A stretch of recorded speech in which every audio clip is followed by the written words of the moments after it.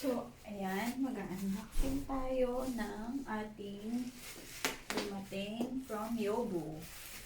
So, ayan.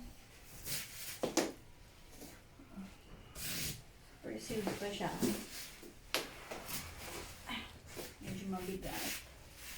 So, buksan na natin. Sa TikTok ko ito nabili. Galing dog shop nila sa Yobu.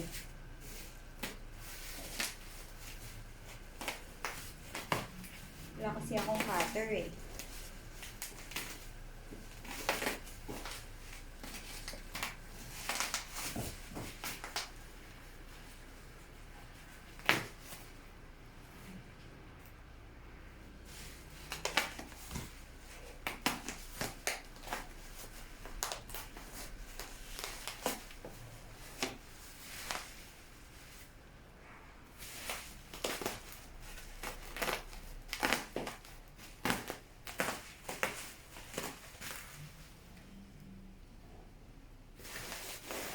So, ayan. Ito yung free basin nila.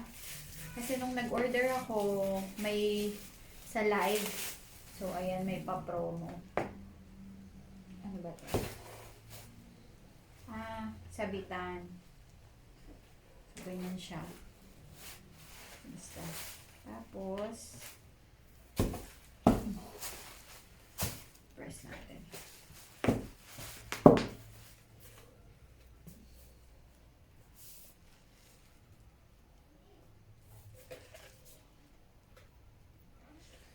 Okay, mukha naman matibay yung quality niya. Hindi lang fine yung mga edges, yung sa pagdidikit lang. Pero okay na rin. Tapos hindi rin siya ganun ka lalim, ganyan lang yung width niya. Pero since baby naman yung papaliguan, bata, unti lang naman yung kailangang water. And then pwede mo namang refillan. So ayun. So, orange pala yung pinadala nila. Kasi ang pinili ko, sakto, ang pinili ko na bathtub nila is orange din. Kasi yung green, ang color lang kasi ng basin na available nila is orange and blue. So, kapag green, mamaya blue or orange, hindi match. So, at least orange. Kahit baby boy yung baby ko. So, ayan. Hold muna natin siya. Yan. Ganyan siya. Next, we have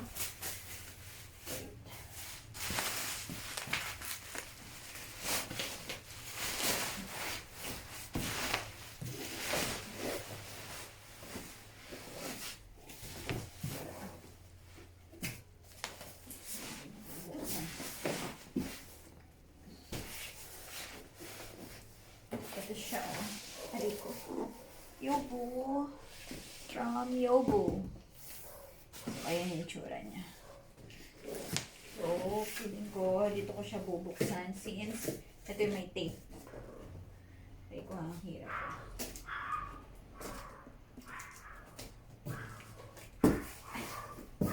Hirap lang ng walang cutter.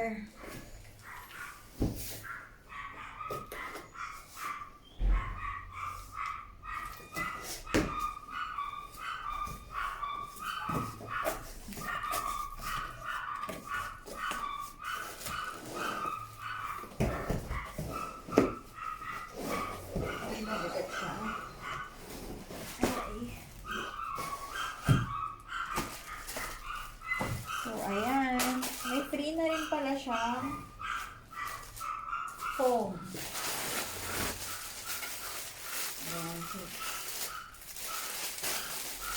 Ayan.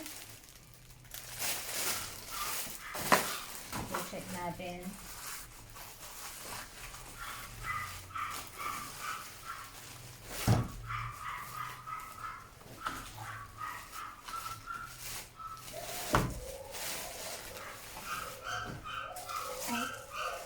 So, ayan. Ito yung parang sa ulo niya. May style. Tapos, ito yung sinasabi nila na anti-slip Yan, bawat corners meron. So, para hindi na urong-urong-urong. Ayan, naglalak naman. Pag ginanon mo siya, so medyo maglalak siya. Tapos, ito yung sa bath. Yan. Para pag-drain ng water.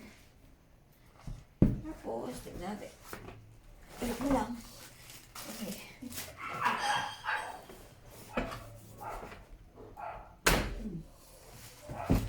Medyo namihina kasi ako.